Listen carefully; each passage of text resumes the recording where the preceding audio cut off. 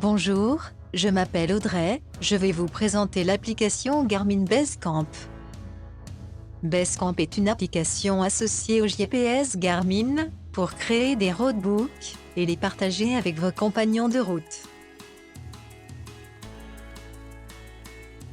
Dans ce deuxième tuto, nous allons voir comment créer un itinéraire personnalisé. Pour cela, vous devez créer une nouvelle liste. Une liste correspond à un itinéraire dans Basecamp. Avec le pointeur de la souris, cliquez sur le menu déroulant, Fichier, puis sur la ligne Nouvelle liste. Dans la fenêtre en dessous de Sur mon poste de travail, apparaît une nouvelle liste numérotée. Le numéro dépendant du nombre de listes générées précédemment est présente dans cette fenêtre.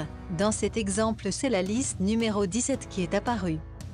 Je vous conseille de renommer la liste en rapport avec l'itinéraire que vous allez créer. Dans notre exemple, nous allons la nommer « Gorge du Verdon ». Il est judicieux de créer des dossiers pour classer les listes par thème.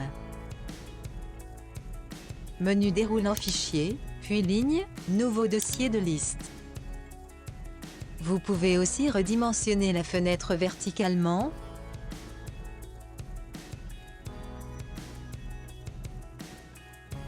et horizontalement.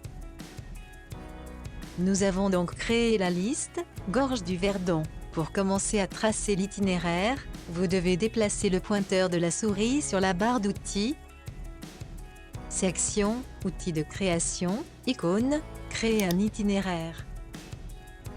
Quand vous déplacez le pointeur de la souris sur la carte, vous remarquerez qu'est apparu, à droite de celui-ci, l'icône représentant de l'outil « Créer un itinéraire ». Donc à partir de maintenant, ne pas cliquer sur la carte, sauf pour générer des points de tracé d'itinéraire. Déplacez le pointeur de la souris sur l'onglet « Carte » dans la nouvelle fenêtre. Sélectionnez la dernière version de la carte City Navigator Europe. Sélectionnez maintenant la roue crantée à droite de l'icône moto. Vous avez la fenêtre Préférences, vue dans le tuto 1. Fermez cette fenêtre, ainsi que la suivante qui ne nous est pas utile pour les itinéraires personnalisés. Nous devons maintenant positionner le pointeur de la souris au point de départ de notre itinéraire. Pour cela, nous utiliserons les boutons de navigation de carte pour afficher la ville de Saint-Tropez. Pour zoomer sur la carte, je positionne le pointeur de la souris à l'endroit souhaité et j'utilise la fonction Zoom du trackpad.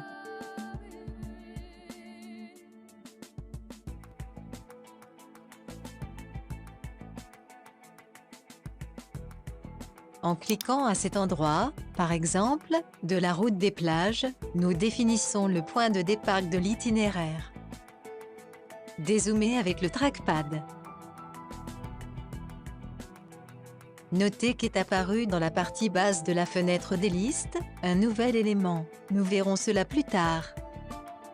Connaissant très bien la région, je vais choisir rapidement les points suivants du tracé de l'itinéraire. Dans le cas contraire, cela nécessiterait une recherche via Google Maps et d'autres sources pour choisir les routes. Je consacrerai un tuto à ce cas précis.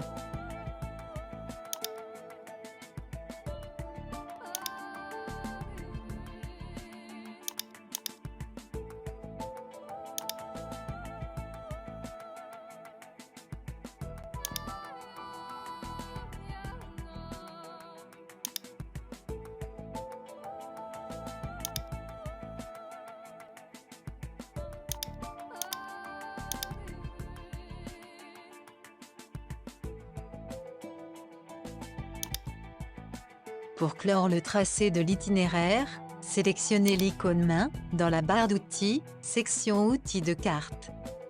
Je précise que la couleur des points de tracé est noire par défaut, vous pouvez la changer. Pour cela, il faut faire un double clic sur le nouvel élément vu précédemment, nous le nommerons « Sous-liste ». Dans la fenêtre, faites un clic droit sur n'importe quelle ligne, apparaît un menu contextuel, cliquez sur « Obtenir des informations ». Dans la deuxième fenêtre, si l'onglet Général est sélectionné, vous pouvez changer la couleur de contraste du symbole en cliquant sur « Choisir ».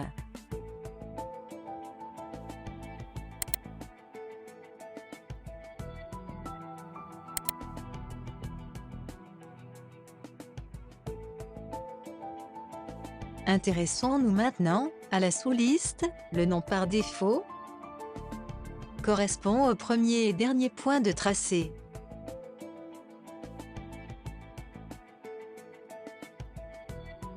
Pourquoi est-il judicieux de le renommer? Par exemple, en faisant un copier-coller du nom de la liste associée.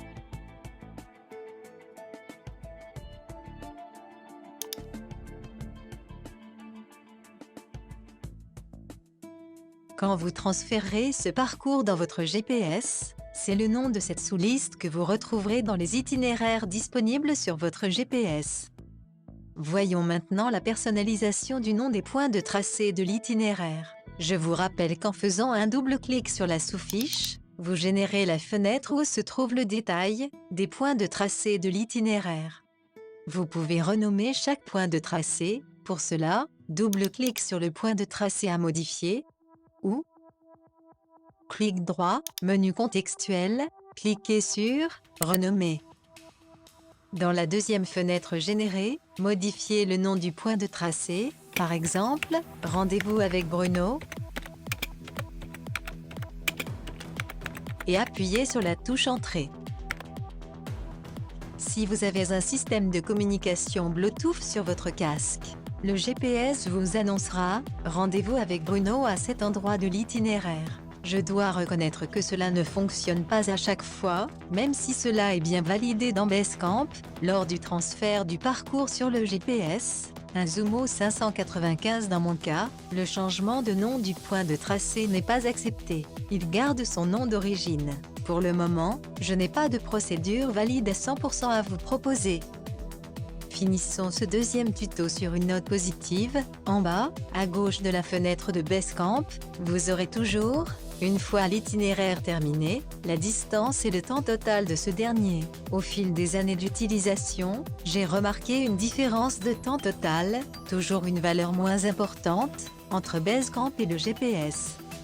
Voilà, ce deuxième tuto est terminé. Nous verrons dans le prochain, entre autres, comment contrôler le positionnement de la totalité des points de tracé de l'itinéraire.